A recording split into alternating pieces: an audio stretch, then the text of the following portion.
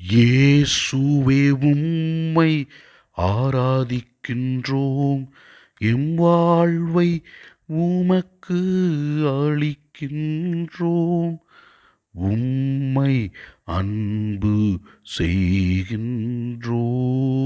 இயேசுவே ஆண்டவரே, எங்கள் வேதனைகளில், கலக்கங்களில், தேவைகளில், மன உளைச்சல்களில் உம்மிடத்திலே வந்து ஜெபிக்கும் பொழுது எங்கள் உள்ளத்தையும் வேதனைகளையும் கலக்கங்களையும் அறிந்து எங்களுக்கு அற்புதங்களையும் அதிசயங்களையும் நாள்தோறும் செய்து கொண்டிருக்கிறீர்.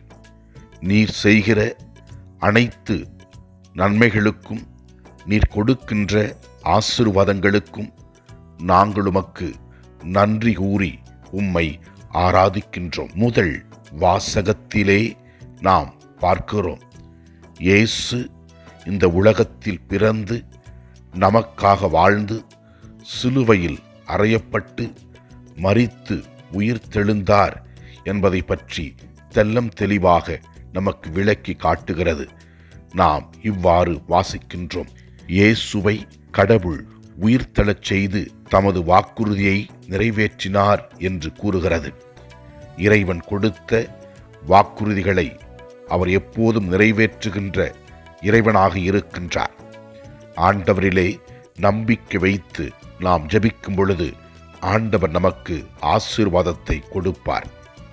நற்செய்தி வாசகத்திலே இயேசு இவ்வாறு கூறுகின்றார், நீங்கள் உள்ளம் கலங்க வேண்டாம், கடவுளிடம் நம்பிக்கை கொள்ளுங்கள், என்னிடமும் நம்பிக்கை கொள்ளுங்கள் என்று கூறுகின்றார். ஆண்டவர் இயேசுவிடத்திலே நம்பிக்கை கொண்டு வந்த மக்கள் நோய்களிலிருந்து விடுதலையானார்கள், இறந்தவர்கள் உயிர் பெற்றார்கள், பாவத்தில் வாழ்ந்தவர்கள் மன்னிப்பை பெற்று மறுவாழ்வை பெற்றார்கள், நல்வாழ்க்கை வாழ்ந்தார்கள். நாமும் நம்முடைய தேவைகளிலே ஆண்டவரிடத்திலே வருவோம், ஆண்டவரோடு இணைந்து ஜெபிப்போம். ஜெபிக்கும் பொழுது நமக்கு ஆசீர்வாதங்கள் கிடைக்கும். ஆண்டவரிடத்திலே தஞ்சம் அடையும் பொழுது அவர் நம் வேதனைகளை, கஷ்டங்களை, துன்பங்களை தீர்ப்பார். ஆண்டவரே இயேசுவே, இந்த உலகில் உள்ள எல்லா மக்களுக்காக ஜெபிக்கிறோம். நீர் எங்களுக்கு ஆசீரும் ஆறுதலும் தாரும்.